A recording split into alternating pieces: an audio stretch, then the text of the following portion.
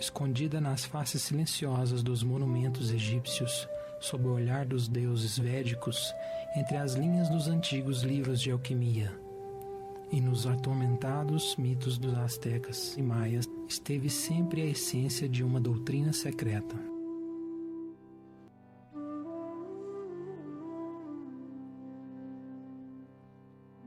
Ao longo da história da humanidade, só os poucos eleitos foram iniciados nos mistérios desta grande verdade universal. E estes poucos guiaram o resto da humanidade e deram a ela símbolos externos daquela verdade como orientação. Para o grande arcano, o segredo dos segredos ferozmente protegido, e só oferecido aos que tinham provado sua pureza moral e mérito de confiança. Mas como a humanidade se degenerou em barbarismo e crueldade, o conhecimento divino foi ocultado para sobreviver em alguns bolsos ao redor do mundo. Durante muitos séculos, o grande arcano atraiu a humanidade por histórias e mitos que ele revelava. O conhecimento entregue é universal e aplica-se a todas as verdadeiras religiões e tradições místicas. A serpente de Adão e Eva é a tradição hebraica cristã. A serpente alada de Quetzalcoatl da tradição asteca, as serpentes que escalam o caduceu de deus grego Hermes, ou as serpentes das tradições hindu ou budistas, todos esses símbolos contêm o mesmo ensinamento.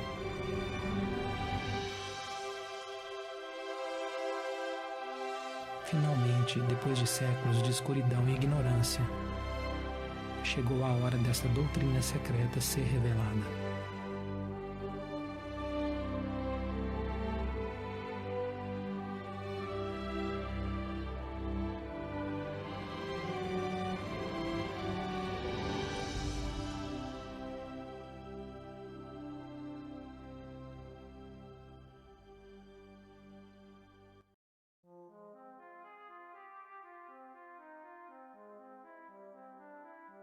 Todas as religiões são joias preciosas no fio dourado da divindade. A palavra religião deriva da raiz latina religare, que significa união. A palavra yoga é derivada da raiz do sânscrito yug, que também significa união. Em sua base, as diferentes tradições do leste e oeste descrevem a mesma meta: união com a divindade. As tradições religiosas provêm o mapa àquele que deve seguir para alcançar a unificação com o divino. Toda religião busca expressar o mesmo núcleo de conhecimento, mas a pessoa precisa das ferramentas certas para ler o mapa. Com as ferramentas certas e o uso correto delas, um aspirante de qualquer religião ou tradição pode entrar no conhecimento da experiência direta com o divino. Pode ser visto, então, que há uma verdadeira ciência, um caminho, mas se mostrando com diferentes nomes e faces. Por ser estreita a porta e seu caminho que conduz à vida, são poucos que encontram. Em grego, o caminho estreito é chamado de gnosis, que significa conhecimento. Em hebraico, o mesmo caminho estreito é chamado de da'at, que também significa conhecimento. Este caminho é representado pela famosa árvore do conhecimento no livro de Gênesis. E a pista para entrar na experiência direta de Deus pode ser encontrada ao entender o símbolo da árvore do conhecimento. Gênesis, o ensinamento hebraico, o cristão da criação, foi escrito como uma forma de passar o conhecimento do grande arcano para aqueles que tivessem olhos para ver e ouvidos para ouvir. No começo, foi influenciado por ambas tradições oriental e ocidental para prover à humanidade uma chave que continha dentro a fundação de todas as grandes religiões do mundo.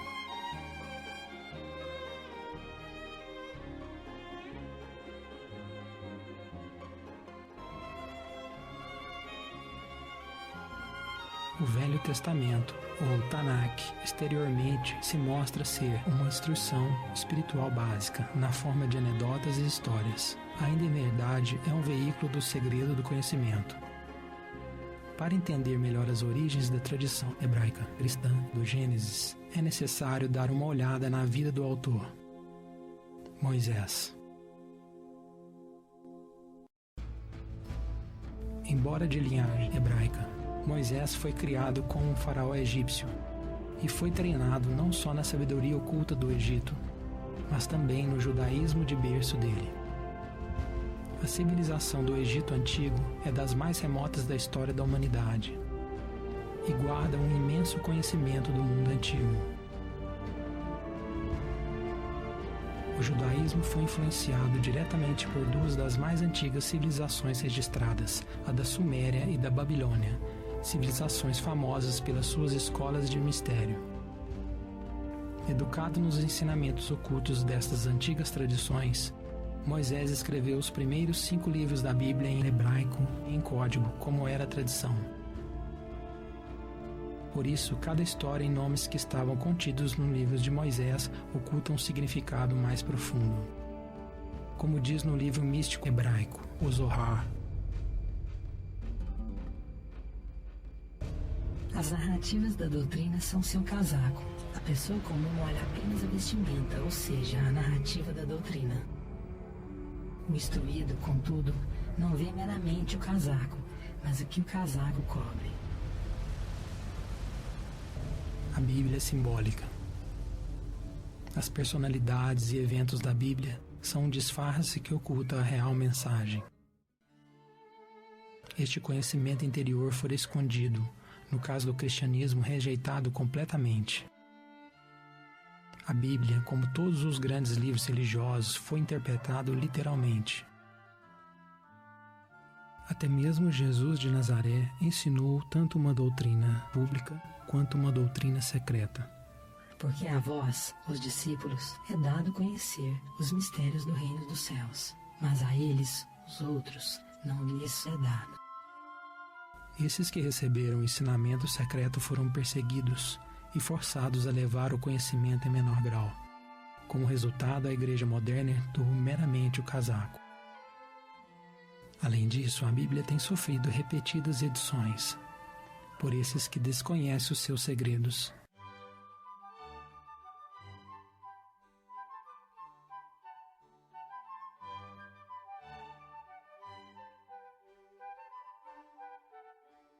Embora a Bíblia moderna seja consideravelmente desfigurada, é mesmo assim infundida no segredo da antiga doutrina. Porém, os muitos níveis de significados ocultos nas cartas hebraicas não são visíveis nas versões de idioma modernos da Bíblia. Por exemplo, a primeira das tantas palavras da Bíblia em hebraico são Bereshit, Bará, Elohim. A tradução literal comum é: no início, Deus criou. Mas a tradução hebraica no Zohar diz: na sabedoria, Elohim criou. Elohim é uma palavra hebraica. A raiz El é Deus em hebraico e é masculina. A forma feminina de El é Eloá, que quer dizer deusa. Elohim é plural, assim significando deuses e deusas, masculino e feminino. Em contraste à imagem familiar de um velho homem barbudo, Deus é estabelecido nas primeiras 3 palavras da Bíblia como andrógeno, contendo ambos masculino e feminino. Shiva, andrógeno, hinduísmo. Criador masculino e feminino, asteca. A palavra Elohim tem muitos significados. Em uma percepção se refere aos anjos, os governadores da criação. Estes seres divinos são masculino e feminino, a imagem do seu Criador. Isto está ilustrado claramente na maioria das imagens antigas de anjos. para mostrar que eles têm os mesmos atributos de ambos, homem e mulher. Na Bíblia, o anjo que assistiu à criação da humanidade é chamado de Jeová Elohim. Jeová Elohim fez o homem através do pó da terra. Ele soprou em suas narinas o fôlego da vida, e o homem tornou-se um ser vivo. Jeová é um outro importante nome de Deus, não ser confundido com Javé. O nome Jeová, ou Jeová, é compreendido por 4 letras hebraicas: Yod, He, Vav, He. Yod, ou Yod, pode ser traduzido como masculino ou falo, Adão. Eva, ou Hevé, é feminino, a mãe ou útero, Eva. Até mesmo o nome de Jeová contém ambas as forças masculinas e femininas. Deus criou o homem à sua própria imagem, e a imagem de Elohim os criou. Masculino e feminino os criou.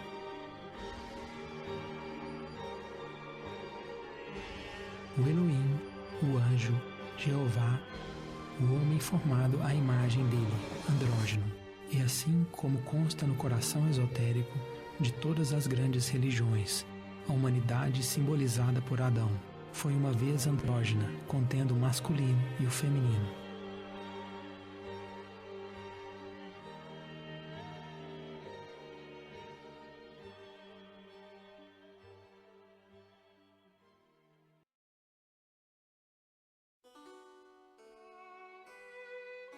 Jeová Elohim cultivou o jardim no Éden, ao leste, e colocou o homem que ele tinha formado lá.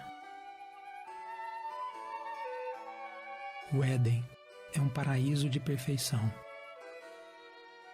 O Éden simboliza a inocência e a felicidade que foram uma vez o estado natural da humanidade. A humanidade do Éden era pura, pois só conhecia a bondade e a virtude. Como reflexos de Deus, a humanidade incorporou as 7 virtudes da alma. Embora o Éden de Adão e Eva nunca tenha existido no mundo físico tridimensional, de acordo com a sabedoria esotérica, havia um lugar físico chamado Éden, que ficava situado na Mesopotâmia, entre os rios Tigre e Eufrates. Uma misteriosa escola de mesmo nome foi fundada lá pelos caldeus. Mas este não era o jardim do Éden de Adão e Eva. De acordo com a sabedoria esotérica, existem 7 dimensões fundamentais. Você não sabe como Alá criou 7 céus, um sobre o outro?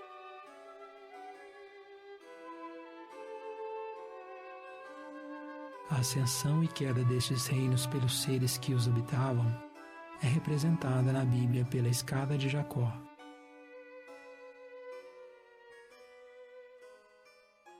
Segundo a Bíblia, quando Jeová Elohim criou Adão, e ele colocou Adão no jardim do Éden, a sabedoria esotérica diz que esta é a 4ª dimensão, o mundo da energia vital.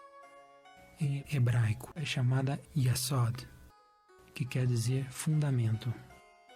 Assim, o ancestral andrógeno da humanidade existiu em um nível mais sutil da natureza. E por isso que os antropólogos modernos não sabem nada sobre nossas verdadeiras origens. Embora feliz em sua inocência, a humanidade simbolizada por Adão precisou crescer espiritualmente. Assim Eva foi separada do corpo de Adão. Jeová Elohim pegou uma das costelas do homem andrógeno e então fechou a carne. Em seguida, Jeová Elohim fez uma mulher da costela, que ele havia tirado do homem hermafrodita. Ela será chamada mulher, por ela ter sido tirada de um homem. Este processo de separação, apresentado simbologicamente na Bíblia, foi gradual. O hermafrodita humano estava separado em 2 sexos, macho e fêmea. de forma que eles pudessem se ver melhor, conhecer a si próprios. Desde aqueles tempos, homem e mulher buscam recuperar a unidade perfeita deles, que é a raiz do desejo para a conexão sexual. Por esta razão, o homem deixará seu pai e mãe e se unirá à sua esposa, e eles serão uma só carne.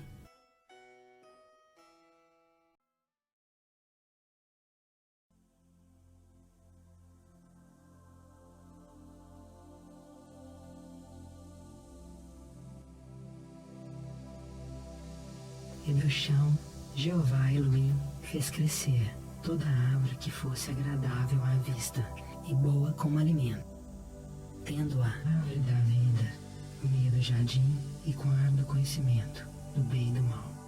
Há duas árvores que exercem determinada importância no jardim. Estas duas árvores são simbólicas, não literais. A árvore da vida é um antigo símbolo universal, ou seja, está presente em todas as culturas que detiveram conhecimento esotérico. Esta é a mesma árvore que Moisés viu queimando no Monte Sinai. Esta é a árvore na qual Buda Shakyamuni atingiu a iluminação. Esta é a árvore mundial dos maias, a árvore da vida dos astecas, a grande árvore nórdica Yggdrasil que sustenta a existência em seus poderosos ramos. Na mística tradição do judaísmo, a ciência da árvore da vida chama-se Kabbalah. Mas esta sabedoria é universal e pode ser encontrada em toda grande religião, embora se mostre sob muitos nomes. A ciência da árvore da vida é um mapa do universo e da alma humana. Assim como a árvore da vida é um mapa do macrocosmos, o universo expandido, assim também traça um mapa do microcosmos, homem, a reflexão do universo. Assim a sábia recomendação gravada na pedra sobre a entrada do famoso oráculo de Delfos. Ó homem, conheça a ti mesmo e conhecerás os universos e os deuses. A árvore da vida simboliza a estrutura da alma e da criação. E suas raízes estão nos reinos mais altos, e seus galhos e folhas são todos os mundos e muitos seres que existem. Esta árvore dá aos frutos vida, alimento e sabedoria. Na Bíblia, Moisés escreveu que Adão e Eva eram livres para comer da árvore da vida. Isto significa que Adão e Eva estavam livres para alimentar da ciência da árvore da vida. A ciência de Deus, Kabbalah.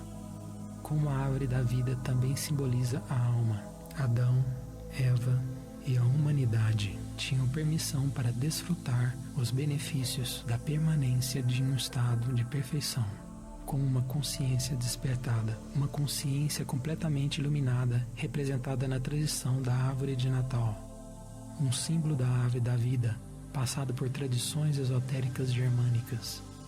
Possuindo dentro de si uma árvore da vida iluminada, significa que estão abertos e completamente ativos os sentidos internos, proporcionando uma relação direta com Deus.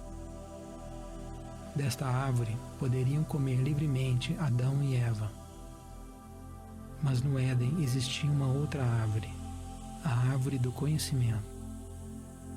E Jeová Elohim ordenou ao homem dizendo que toda árvore do jardim vocês podem comer livremente, mas quanto à árvore do conhecimento do bem e do mal, vocês não devem comer dela, pois se comerem dela, certamente vocês morrerão.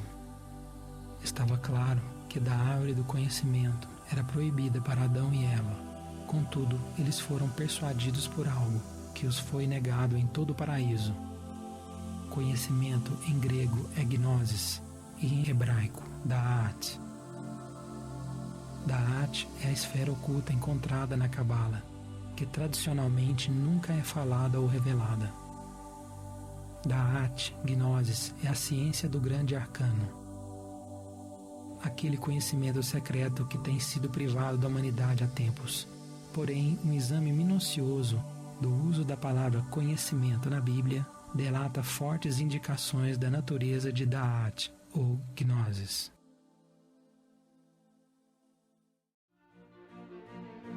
Adão novamente conheceu sua esposa. Ela obteve um filho. A donzela era muito bela, uma virgem que nenhum homem havia conhecido. É claro ao leitor atento que o conhecimento na Bíblia relaciona-se à sexualidade. Consequentemente, a árvore do conhecimento, Da'at, Gnosis, é um referencial direto à sexualidade. Então, qual é o propósito desta referência ao sexo e seu papel no destino de Adão e Eva?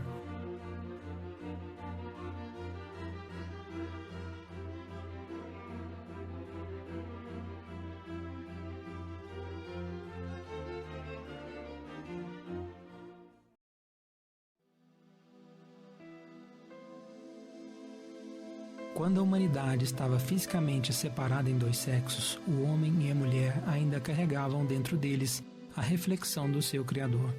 Assim, dentro de todo masculino, ainda existe um aspecto feminino, e dentro de toda mulher existe um aspecto masculino.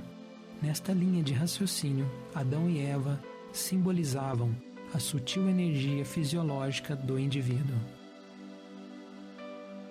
O Adão e Eva, com energias polarizadas, são representadas no símbolo do antigo caduceu, popularmente associado ao deus grego Hermes. O símbolo do caduceu é realmente visível nos registros de incontáveis culturas antigas ao redor do mundo.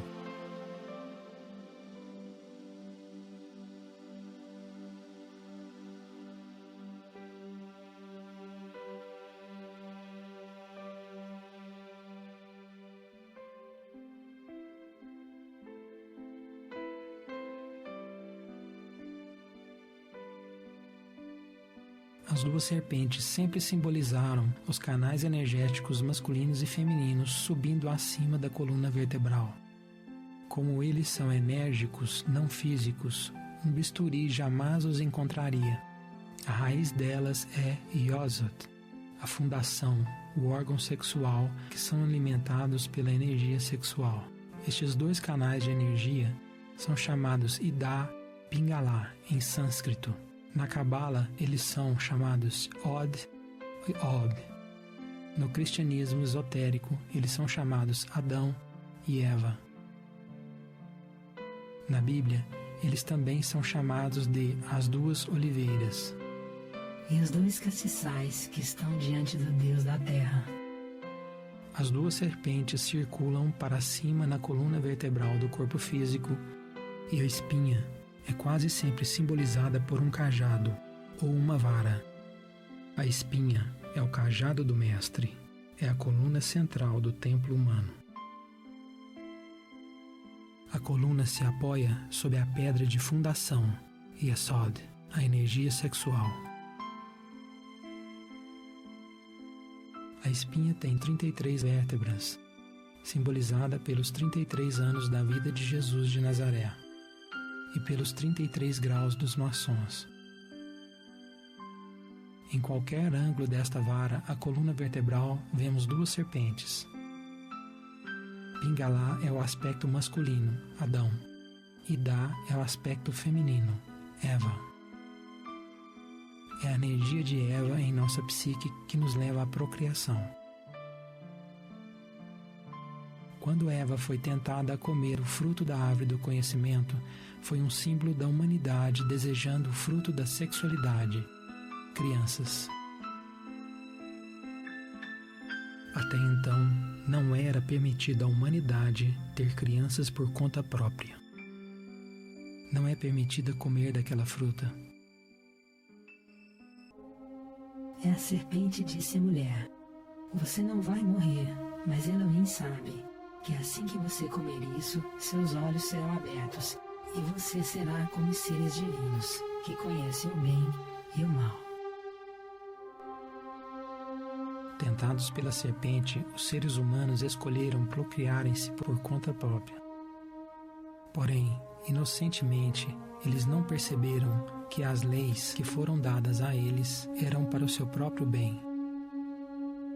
aprendendo a procriar-se sem orientação de Elohim, acabaram descobrindo o orgasmo.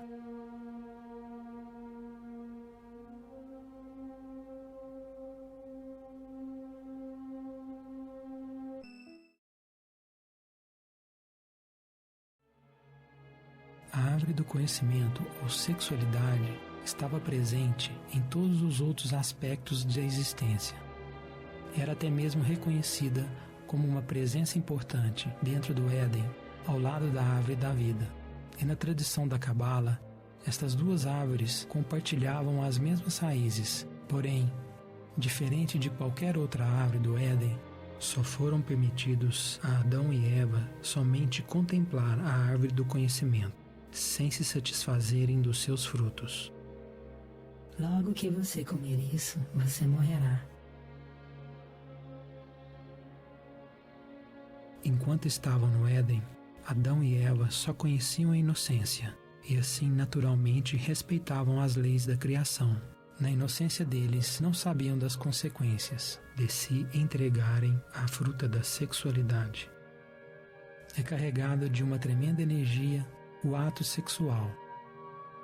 É neste coito que a humanidade tem a capacidade que Deus deu para procriar. O homem, como a força ativa, a reflexão de Deus, Pai.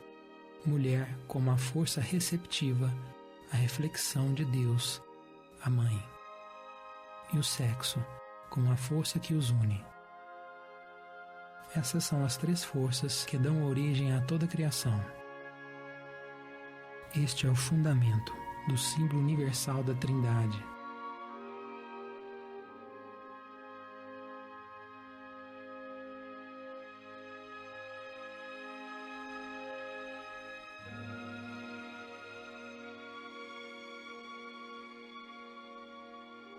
A Trindade é uma unidade de três que são expressos como um.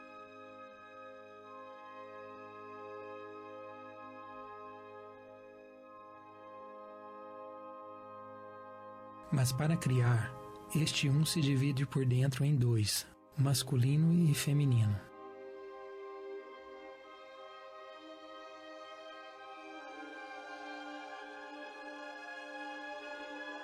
Este é o mistério do Espírito Santo, o fogo fecundado de Deus, simbolizado na Índia como Shiva Shakti, o poder criador e destruidor de Deus.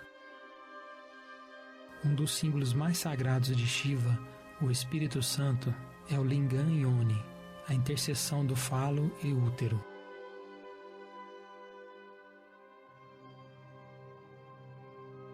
O mesmo símbolo é encontrado no outro lado do mundo na tradição alquímica. A força que dá poder a toda a criação, em todos os níveis de existência, é a energia sexual. A energia sexual é simbolizada pelo fogo, pela água,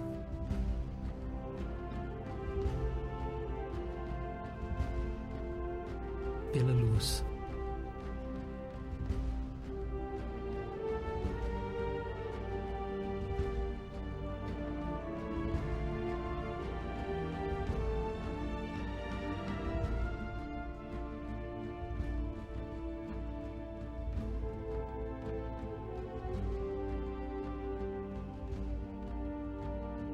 Na tradição alquímica, a energia sexual é simbolizada pelo Mercúrio.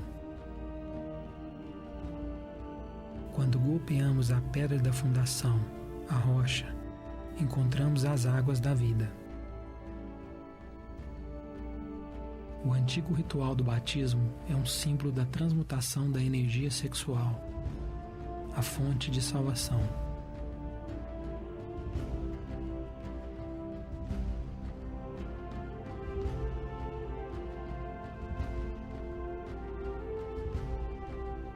Toda a vida nasce das águas sexuais. Com a força da energia elétrica, o poder da criação implica uma grande responsabilidade.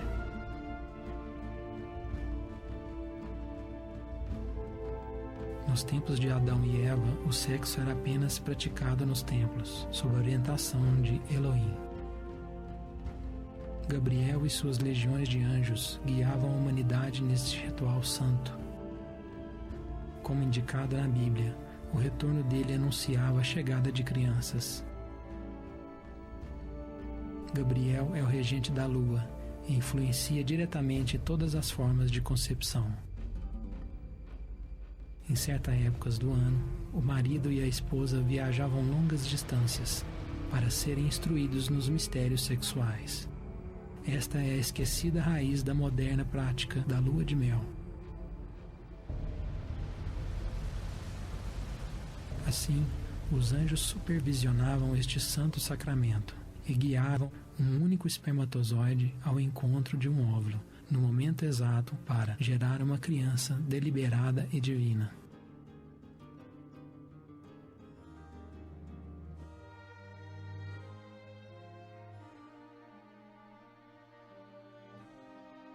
A expulsão esbanjadora de energia e sêmen pelo orgasmo não era e não é necessária para gerar uma criança.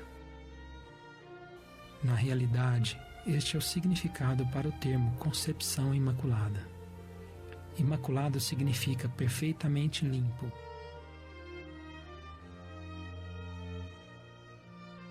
Quando um homem tiver uma emissão de sêmen, ele banhará seu corpo inteiro em água e permanecerá sujo até a noite.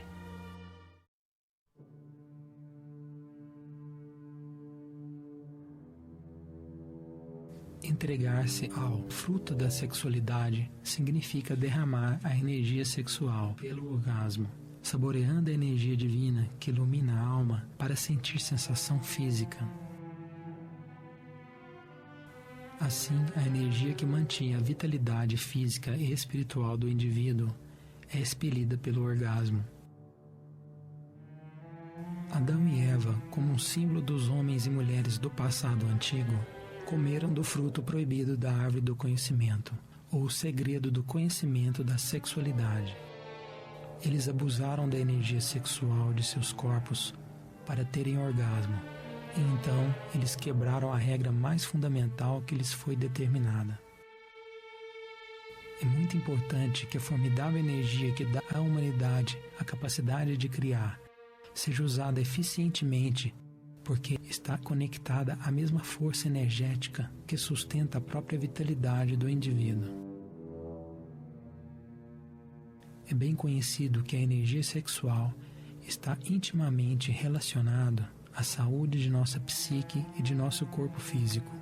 Não só isto é necessário para sustentar a vitalidade física e os 5 sentidos físicos, mas também a vitalidade dos 7 sentidos superiores que unem a humanidade ao divino. Sem a energia sexual, a alma se atrofia, quebrando nossa conexão com Deus. Quando nós expelimos a energia sexual, nós expelimos a energia que abastece nossos sentidos internos. É por isso que esses que fornicam, que expelem a energia sexual pelo orgasmo, não podem perceber Deus diretamente. O orgasmo é simbolizado na maçã envenenada da Branca de Neve. Enquanto era doce aos sentidos físicos, era um veneno à alma. Comê-la resulta em inconsciência e um sono eterno.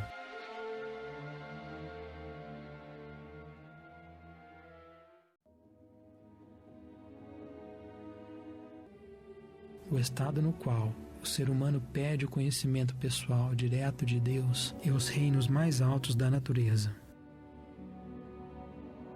Por isto que a fruta da árvore do conhecimento era proibida para comer. Antes do abuso da árvore do conhecimento, o sexo foi tratado com respeito extremo, e o orgasmo era desconhecido pela humanidade e desnecessário. Marido e esposa uniam-se no ato sexual, conforme as leis dadas a eles por Jeová Elohim. Eles desfrutaram da árvore do conhecimento da sexualidade, mas não comiam de sua fruta. Esta era a gênese da distinção entre o bem e o mal. Uma humanidade que conhecia só a bondade comeu da fruta proibida e descobriu que o desejo animal sempre conduz ao sofrimento e à dor. Esta é a caixa de Pandora, o vaso da mitologia grega, o qual, quando foi aberto, liberou os agentes do mal no mundo. Temor, orgulho, vergonha. E os olhos deles foram ambos abertos, e eles souberam que eles eram nus. E eles pegaram folhas de figo e juntos fizeram aventais. E Adão disse: escutei sua voz no jardim, e tive medo porque eu estava nu, e eu me escondi.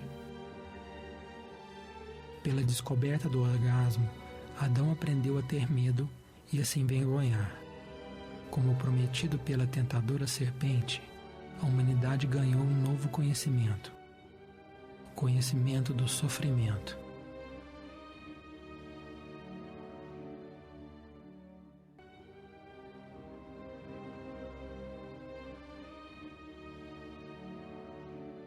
Ao provar do fruto proibido, Adão aprendeu a desejar.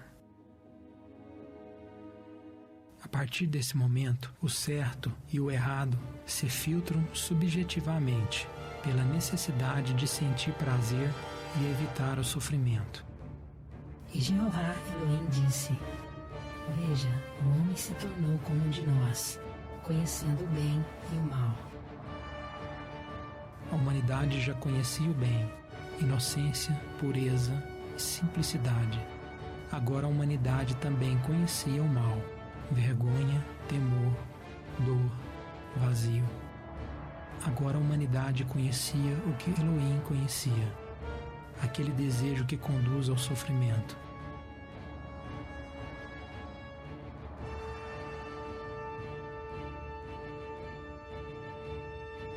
O desejo fez todos os deuses caírem de seus postos.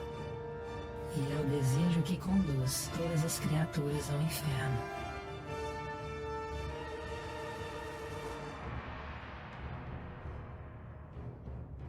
Desejar é almejar, e almejar é sofrer. O desejo sempre leva ao sofrimento. Esta é a mensagem inerente de toda grande religião.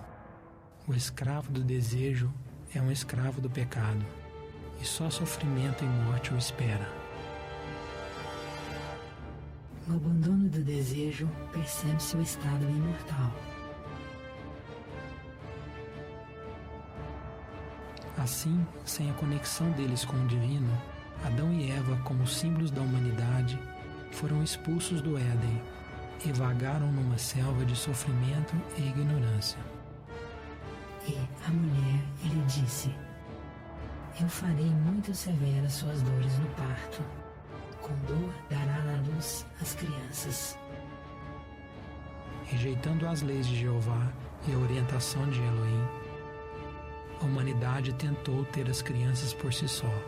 Por fim, a concepção e parto fora do equilíbrio resultou em dor e sofrimento. Usando a força sexual para estimular o desejo, o fogo de Eva foi invertido, fluindo na direção oposta.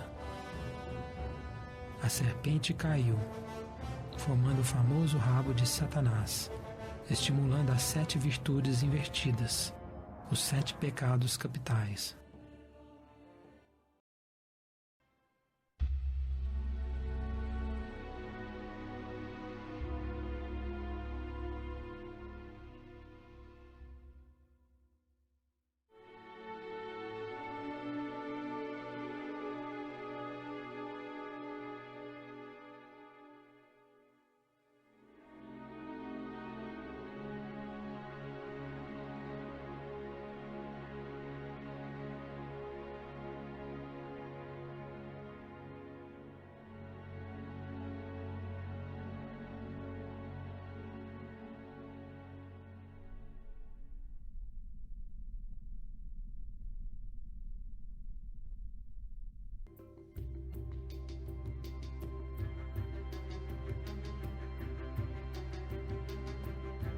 O Éden existe dentro de toda a alma que está unida a Deus.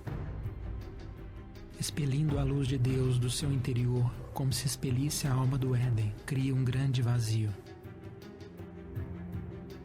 Para substituir o vazio criado por essa desconexão com Deus, a humanidade criou várias civilizações, ideais e religiões, na busca por riqueza material, poder e satisfação sexual. O desejo pela sensação tornou-se um novo Deus, e só serviu para avançar a degeneração da humanidade, até que restou ao homem apenas uma vaga lembrança do divino em seu interior. O conhecimento secreto contido na história de Adão e Eva pode ser encontrado escondido nas mitológicas histórias religiosas ao redor do mundo. Histórias após histórias, foram encontrados diversos heróis poderosos ou iluminados que foram arruinados por sua luxúria. Na tradição hebraica cristã, cabelos longos simbolizavam a pureza sexual ou a castidade. Assim, quando Dalila cortou o cabelo de Sansão, isto foi um símbolo de sedução luxuriosa. Sansão perdeu seu poder quando ele não podia mais controlar seu desejo sexual. No clássico épico indiano Mahabharata, o imortal Pandu é advertido para que nunca liberasse sua energia sexual. Mas quando tentado por uma mulher, ele provou ser incapaz de controlar sua luxúria, jogando fora sua imortalidade e morrendo.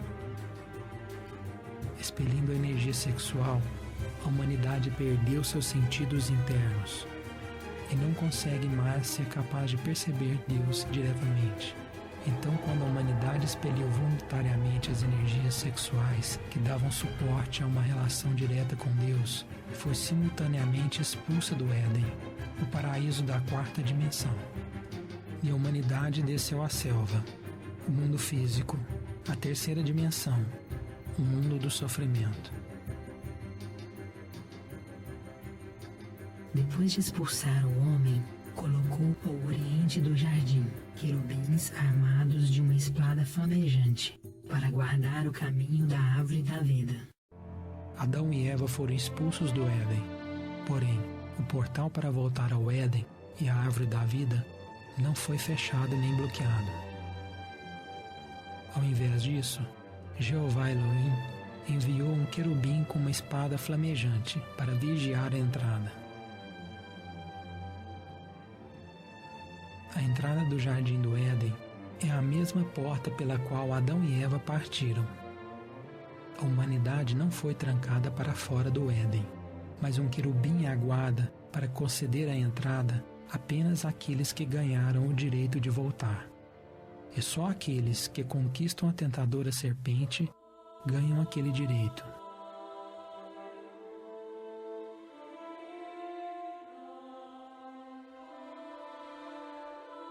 Se você trouxer adiante o que está dentro de você, o que está dentro de você o salvará. Mas se você não trouxer adiante o que está dentro de você, o que está dentro de você o destruirá. A serpente é sexual. A serpente está dentro. A serpente é o fogo sexual. É uma energia atômica muito poderosa, com uma polaridade que pode ser usada para criar ou destruir. Por esta energia ser tão poderosa, o indivíduo requer grande força de vontade para superar a isca desta serpente. A tentação desta serpente é por prazer material e edificação do ego. Este aspecto tentador da serpente é Lúcifer, ou como é chamado em hebraico, Satã, o inimigo. Porque Satã é uma ardente serpente que se acende através do ato sexual. E sempre a humanidade foi tentada a ter a conexão sexual. A própria serpente é poder. O indivíduo decide por suas ações se será um poder do bem ou do mal. Esta é a diferença entre obedecer ou controlar a serpente. A lição contida na história da serpente é que só aqueles com suficiente força de vontade para controlar os anseios de sua morte podem dominar a serpente energética para ela transformá-los de animais intelectuais em verdadeiros seres humanos. é necessário conquistar o dragão que se encontra dentro de si. Como religiões e tradições místicas têm dito por incontáveis idades.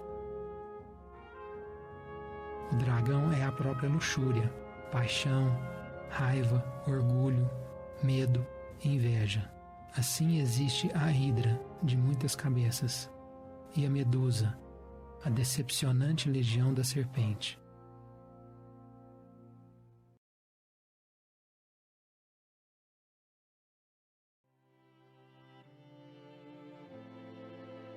Os grandes heróis e deuses sempre tiveram a serpente sob seu poder.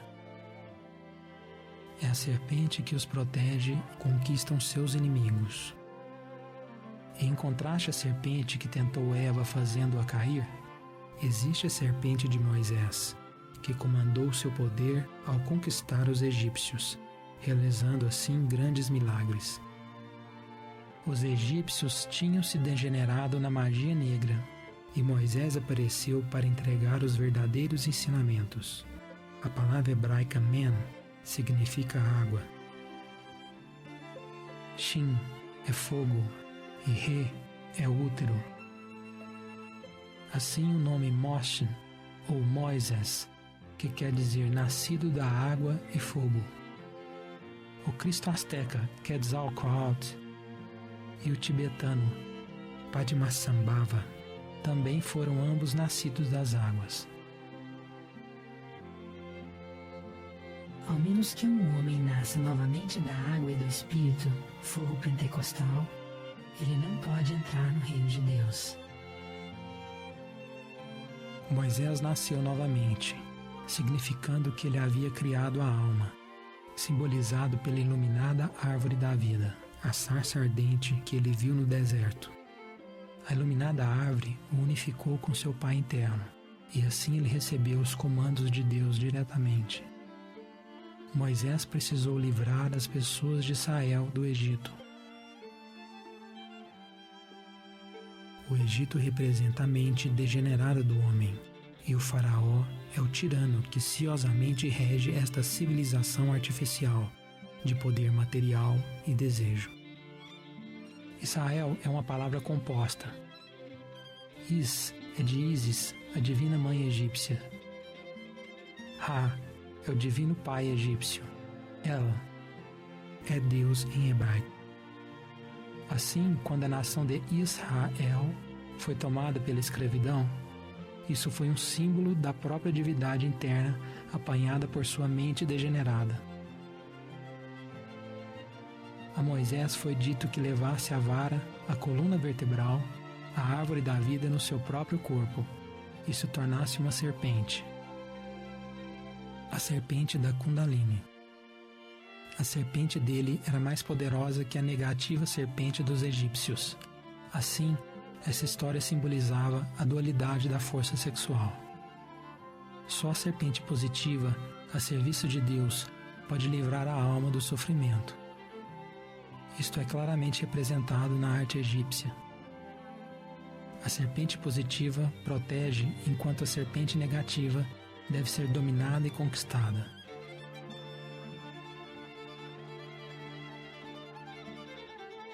Sexo pode ser luxurioso ou casto. Sexo pode criar ou destruir. Sexo pode ser animal ou espiritual. Sexo pode elevar uma carruagem flamejante a Deus, ou pode pavimentar uma estrada para o abismo.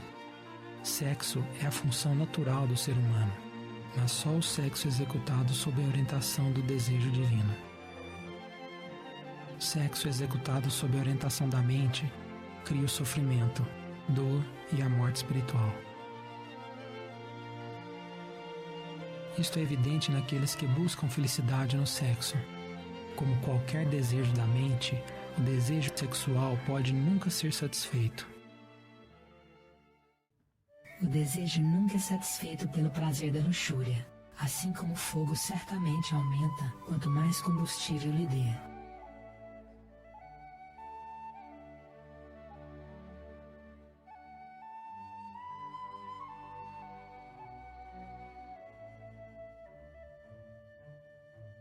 A serpente disse à mulher: você não vai morrer, mas ela bem sabe que assim que você comer isso, seus olhos serão abertos, e você será como os seres divinos, que conhecem o bem e o mal. Se o indivíduo está apaixonado ou na luxúria, a serpente é poderosa, porque flameja por todo o sangue que circula pelo corpo. E quando duas pessoas unem-se sexualmente, a polaridade interna é equilibrada e aumentada. Uma tremenda energia é excitada, penetrando no casal com o poder para criar. Este é o fogo do Espírito Santo, demonstrado pelas labaredas de fogo elevadas sobre os apóstolos. Este é o caractere hebraico Shin, que representa o fogo de Deus, o fogo do Espírito Santo e o fogo do Cristo. Shin, com seus 3 pontos, encarna as 3 forças da criação. Nesta conexão, o casal está apreciando a árvore do conhecimento para conhecer. Conquistar o desejo do orgasmo é conquistar a serpente tentadora de Eva. Como a serpente sempre está na árvore do conhecimento do bem e do mal, este é o único lugar para conquistar e ganhar o verdadeiro conhecimento, através da sexualidade. Quando você unir um homem e uma mulher em um, então você entrará no reino. O reino em hebraico é Malkut. Este é o primeiro sefirote da árvore do conhecimento. É onde começa fisicamente o real trabalho, com o homem e a esposa. A humanidade deixou o Éden como um casal, e como um casal eles têm que retornar. Isto é ilustrado no antigo reconhecimento da necessidade de ambos, sacerdote e sacerdotisa. O casal deve trabalhar junto para alcançar a perfeição. Os casais que dominam o desejo de comer a fruta do conhecimento recolhe interiormente toda aquela energia, e gradualmente aquela energia pode ser usada para criar algo interiormente. Em vez de alimentar a própria luxúria, eles podem restabelecer sua própria Eva interna, a serpente caída. E a partir daí, eles podem criar então a serpente Kundalini. Eles podem iluminar a árvore da vida que existe dentro do corpo humano, a coluna vertebral. E eles podem criar luz divina dentro deles e voltar ao conhecimento direto do seu próprio Deus interno.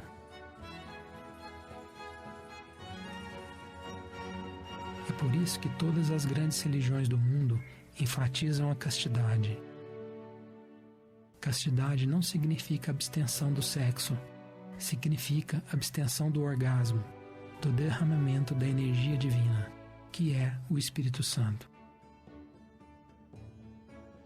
O ato sexual, executado de modo habitual, pode dar uma pequena noção desta consciência superior, mas não mais do que isso, já que a energia, em vez de ser revertida e usada, é expelida, criando um novo corpo físico, ao invés de consciência espiritual.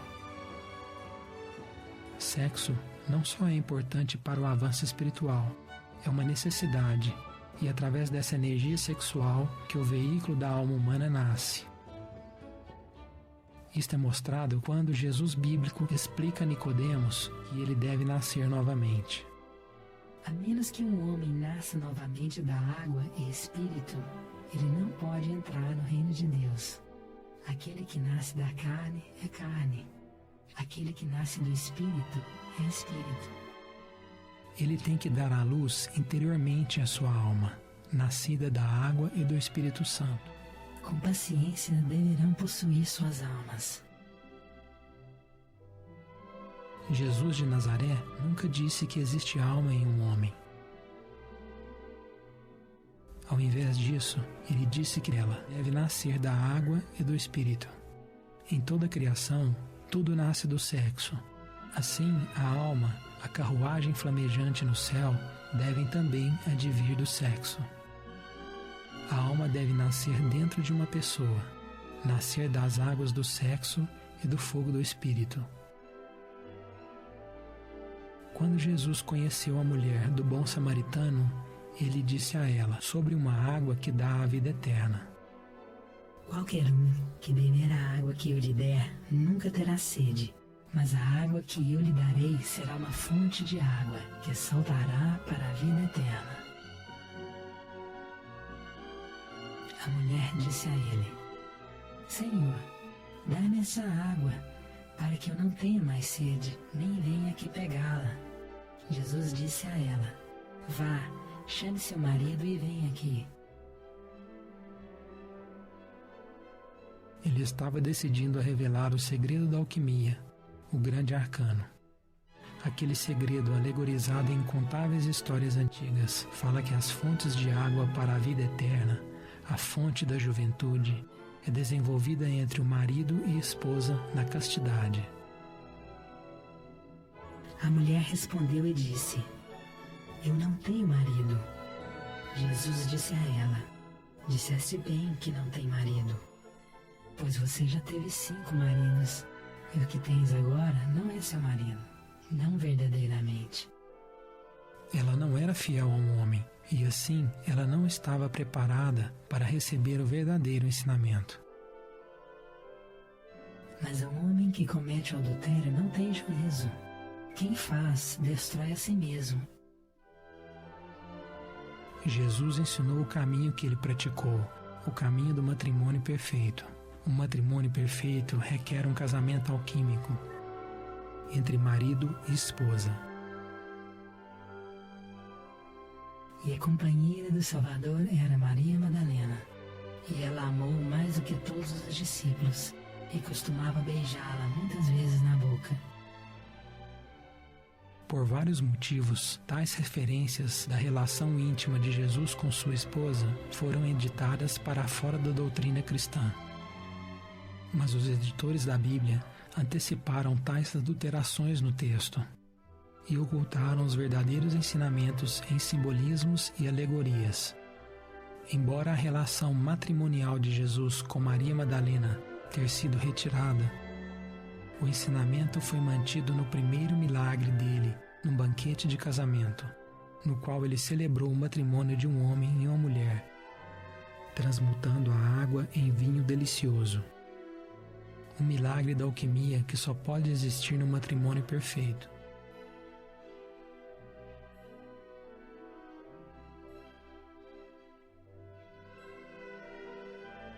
O caractere hebraico Shin é o símbolo para o fogo. É muito revelador ver que quando um homem e uma mulher, Adão, Yod, e Eva, Hefer, são unidos pelo fogo sexual, o caractere Shin, o resultado é Yeshua, Jesus, o Salvador. Igualmente, Christos é derivado da raiz grega Christos, que significa esotericamente fogo. O termo Jesus Cristo não é um nome pessoal, é um título. Yeshua Christus significa fogo salvador. Eu, o fogo salvador, sou o caminho. Jesus de Nazaré trabalhou intensamente com sua esposa, encarnando o fogo do Cristo, como fez Moisés e muitos outros.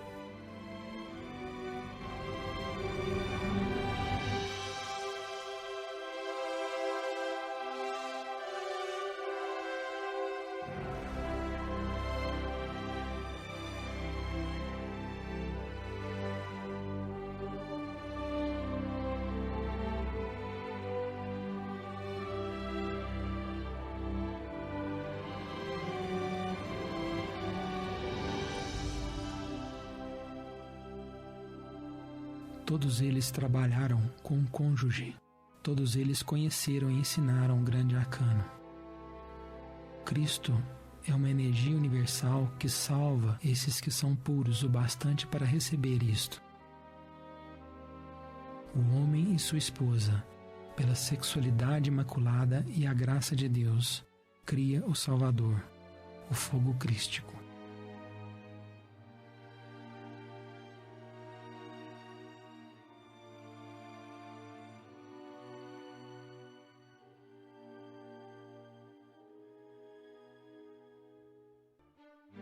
A retenção e transmutação da potente energia sexual pode restabelecer a serpente caída de Eva. Assim, o fogo do Espírito Santo pode ser despertado, levantando a serpente sobre a coluna. Este é o Kundalini, a positiva serpente que dá a vida. Ela só pode ser despertada através da castidade, só entre marido e esposa. Uma pessoa solteira não pode despertar a Kundalini. Kundalini não é uma força mecânica cega, é a inteligência ativa de Deus e só pode manifestar-se nos que se purificam de tudo aquilo contra Deus. Orgulho, inveja, luxúria, ganância, etc. O fogo da Kundalini só se desperta com o progresso moral. A menos que sua retidão seja maior que dos escribas e dos fariseus, você nunca entrará no reino dos céus. Então, você deve ser perfeito, da mesma forma que seu Pai divino.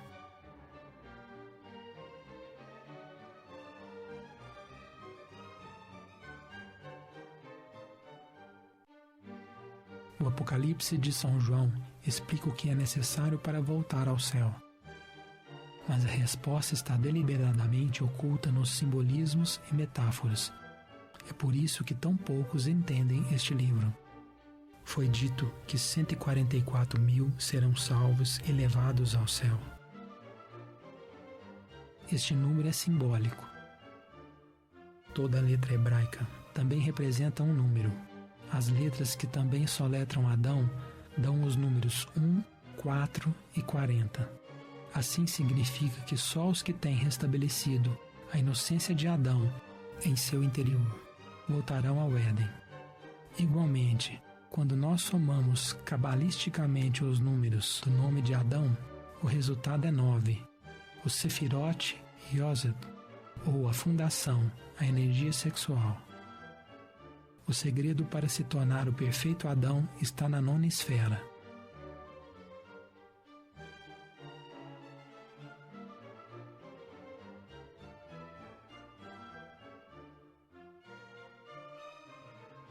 O fogo da energia sexual deve criar ou irá destruir.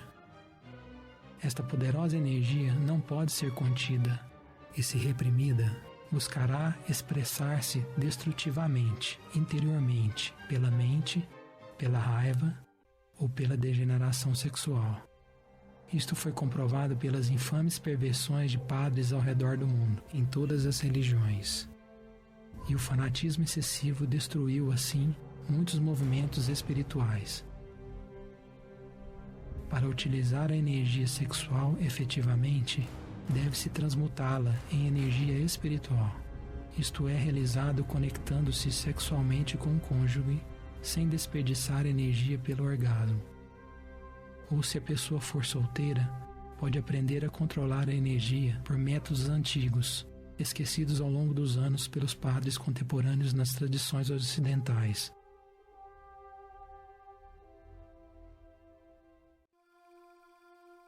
Adão deve nascer da água sexual e do fogo do Espírito Santo. Caso contrário, não pode haver um retorno para o Éden. Aqueles que tiverem os seus testículos esmagados ou membro viril cortados não serão admitidos na congregação de Jeová. Ingressar de volta ao Éden, a congregação do Senhor, se faz pelo uso correto da sexualidade. Da mesma forma, a entrada para o sofrimento da dor é através do uso impróprio da sexualidade. Sexo pode ser usado para criar o bem ou o mal dentro de uma pessoa. Cabe ao indivíduo escolher servir a virgem ou a prostituta. A pessoa não pode servir a dois mestres. Amor e luxúria nunca podem se misturar. Deus não pode ser misturado com o diabo. Isto é simbolizado pela 6ª carta do tarô, indecisão. A pessoa escolhe seu caminho por suas ações. O grande arcano é o conhecimento secreto do Tantra. Há 3 tipos de tantrismo: negro, cinza e branco. A excitação da sensação sexual e identificação com a luxúria está no Tantra Negro. Qualquer escola ou religião que ensinam como despertar a consciência através do orgasmo está ensinando o Tantra Negro. Tantra Negro é responsável por todo o sofrimento da humanidade.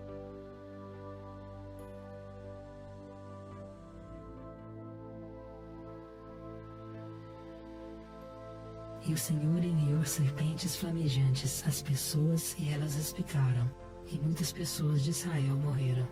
As serpentes flamejantes são as serpentes invertidas do Kunda de Equador. O sofrimento e dor causados por essas serpentes é o resultado da identificação e desejo. O resultado da morte de tantos israelitas refere-se à morte espiritual. Tantra Cinza ensina que só deve ter orgasmo ocasionalmente. Este ensinamento inevitavelmente leva a pessoa ao Tantra Negro. Tantra Branco ensina sempre 3 fatores: a eliminação do desejo, a criação da alma e o sacrifício pelos outros. O Tantra Branco ensina a renunciar ao orgasmo.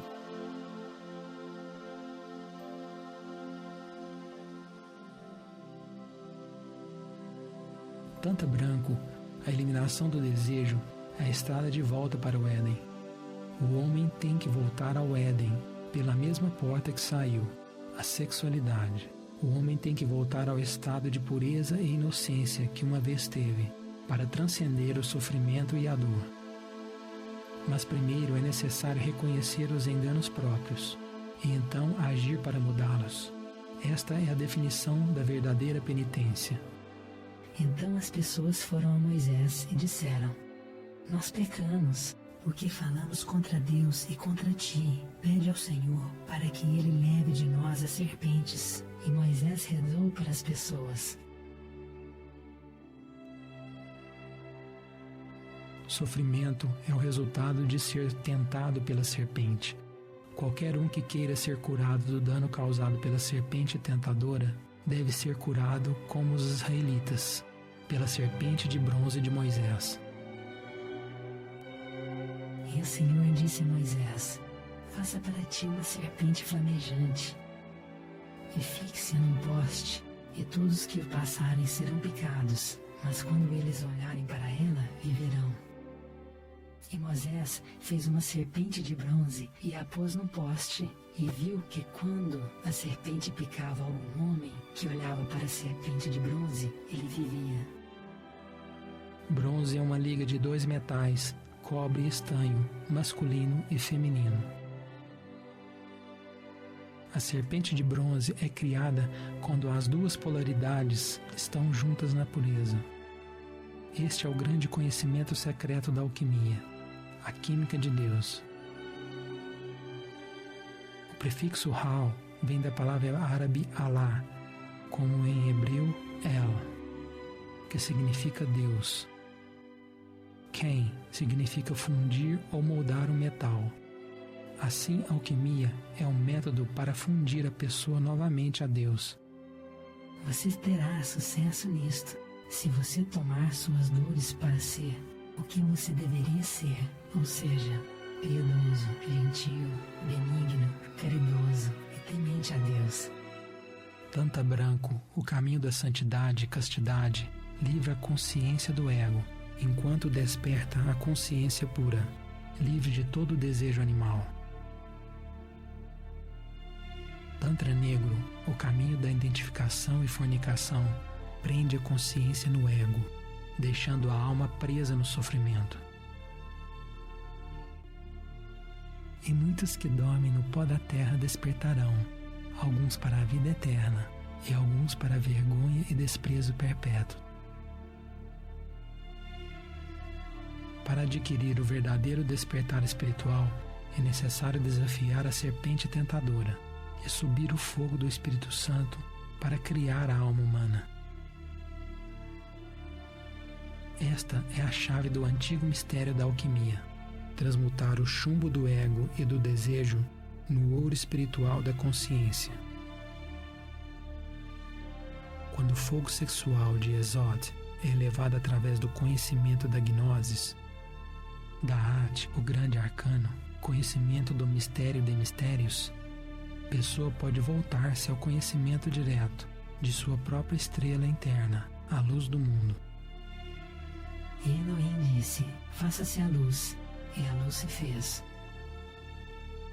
Toda a existência foi criada com a luz do Cristo cósmico, o fogo do Espírito Santo, a energia sexual. E a luz resplandeceu nas trevas, e as trevas não a compreenderam. A escuridão da mente materialista não pode compreender a luz do Cristo. É necessário transcender a mente e despertar a consciência. A luz é necessária para ver através da escuridão. Para encarnar a luz, é obrigatório transcender o desejo animal que enche a mente. Portanto, a pessoa tem que entender de acordo com o mistério de Adão e Eva.